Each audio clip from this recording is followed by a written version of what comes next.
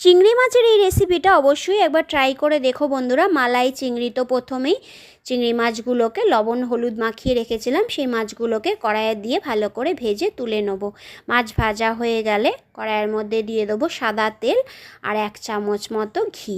তারপর ফোড়নে দেব তেজপাতা, শুকনো লঙ্কা আর গোটা গরম মশলা। গরম মশলার মধ্যে আমি এখানে দিয়েছি এলাচ, দারচিনি আর লবঙ্গ। তারপর দিয়ে দেবো পেঁয়াজ, আদা, রসুন আর লঙ্কাটাকে একসাথে বেটে রেখেছিলাম সেটা, স্বাদ মতো লবণ দিয়ে দেবো জিরে আর ধনিয়ার গুঁড়ো। আর গ্রেভিটা একদমই সাদা হবে, ওই জন্য কোনো রকম হলুদ দেবো না। তারপর নারকেলের দুধ দিয়ে দেবো গরম মশলার গুঁড়ো, ভেজে রাখা চিংড়ি মাছগুলোকে দিয়ে পরিমাণ মতো জল দিয়ে বেশ কিছুক্ষণ ফুটিয়ে নেব। নামানোর আগে সামান্য একটু কনডেন্স মিল্ক দিয়ে দিলে দারুণ লাগে কিন্তু খেতে। অবশ্যই একবার এভাবে ট্রাই করে দেখো বন্ধুরা, খুব ভালো লাগবে।